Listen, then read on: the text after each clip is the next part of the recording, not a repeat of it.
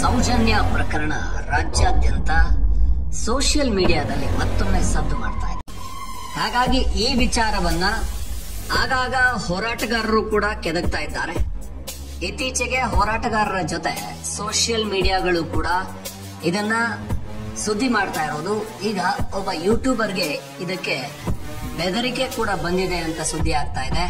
ಈ ಒಂದು ವಿಡಿಯೋವನ್ನ ಯೂಟ್ಯೂಬ್ ನಿಂದ ತೆಗೆದು ಹಾಕಬೇಕು, ಹಾಗೇನೆ ಸಾಕಷ್ಟು ಪ್ರಾಣ ಬೆದರಿಕೆಗಳು ಕೂಡ ಬರ್ತಾ ಇರುವಂತದ್ದು ಈಗ ಸೋಷಿಯಲ್ ಮೀಡಿಯಾದಲ್ಲಿ ಸುದ್ದಿ ವೈರಲ್ ಆಗಿದೆ. ಎಲ್ಲರೂ ಕೂಡ ಈ ಪ್ರಕರಣಕ್ಕೆ ಸಂಬಂಧಪಟ್ಟ ಹಾಗೆ ಮತ್ತೆ ಚರ್ಚೆ ಮಾಡುವ ಹಾಗಾಗಿದೆ. ಸೌಜನ್ಯ ಪ್ರಕರಣದಲ್ಲಿ ಅಮಾಯಕಿ ಸೌಜನ್ಯಗೆ ನ್ಯಾಯ ಸಿಗಬೇಕು ಅನ್ನುವಂತ ಕೂಗು ರಾಜ್ಯಾದ್ಯಂತ ಮತ್ತೆ ಹೆಚ್ಚಾಗುವ ಲಕ್ಷಣ ಕಾಣಿಸ್ತಾ ಇದೆ. ನನ್ನ ಮನೆ ಅಡ್ರೆಸ್ ಲೀಕ್ ಮಾಡಿರೋರ್ಗೆ, ನನ್ನ ಫೋನ್ ನಂಬರ್ ಲೀಕ್ ಮಾಡಿರೋರ್ಗೆ ನನ್ನ ಹುಡ್ಕೊಂಡು ಬಂದು ಹೊಡಿಯೋದು ಮ್ಯಾಟರೇ ಆಗಲ್ಲ. ಸೊ ಹೇಳಕ್ಕಾಗಲ್ಲ ನನ್ನ ಜೊತೆ ಅವಾಗೇನಾಗುತ್ತೆ ಅಂತ. ಹಾಗಾಗಿ ಎಲ್ಲ ಕಂಟೆಂಟ್ ಕ್ರಿಯೇಟರ್ಸ್ ಅಲ್ಲೂ ನಾನು ಕೇಳ್ಕೊತಾ ಇದ್ದೀನಿ, ಪ್ಲೀಸ್ ಈ ಒಂದು ವಿಷಯದಲ್ಲಿ ನಿಮ್ಮ ವಾಯ್ಸ್ನ ರೇಸ್ ಮಾಡಿ ನಮ್ಮ ಕನ್ನಡ ಕಮ್ಯುನಿಟಿ, ಯೂಟ್ಯೂಬ್ ಕಮ್ಯುನಿಟಿನ ಪವರ್ ಏನು ಅಂತ ಈಗಲಾದ್ರೂ ತೋರಿಸ್ಕೊಡಿ. ದಯವಿಟ್ಟು ಎಲ್ಲರೂ ಒಂದಾಗಿ ಅಂತ ಕೇಳ್ಕೊತೇನೆ.